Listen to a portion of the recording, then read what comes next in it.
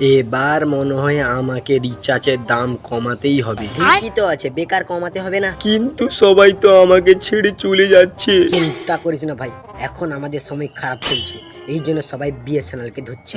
তোরা শালা বেকার ছেলেগুলোর কথা একটুও ভাবলি না? তারা রিচার্জের টাকা এত কোথায় পাবে? আমাকে সারা 4 কিলো চাল চুরি করতে রিচার্জ করার জন্য। মালিক, রিচার্জের দাম বেড়ে গেছে, এখন 6 কিলো করে চাল চুরি করতে হবে। চুপ কর। কেন, কাজ করতে পারো না, চুরি করো কেন? ও ভাই, কাস্টমারকে চোর বলতে হয় না, ওদের জন্যই আমাদের সংসার চলে। বালের কাস্টমার। শালা আমাকে গালি দিচ্ছিস? দাঁড়া। এই তুই কিসের সিম ইউজ করিস রে? বিআই কেন, জিও সিম চালাস না? না, ও শালাকে আগেই ফেলে দিয়েছি। ঠিক আছে, ওসব ভিআইটিআই ফেলে দিয়ে বিএসএনএল চলে আয়, ওই একমাত্র আমাদের কষ্টটা বোঝে। এই বাড়া, আমি তোর কি করলাম? আরে বাবু, শুধু হাসলে হবে, চ্যানেলটাকে সাবস্ক্রাইব করতে হবে তো।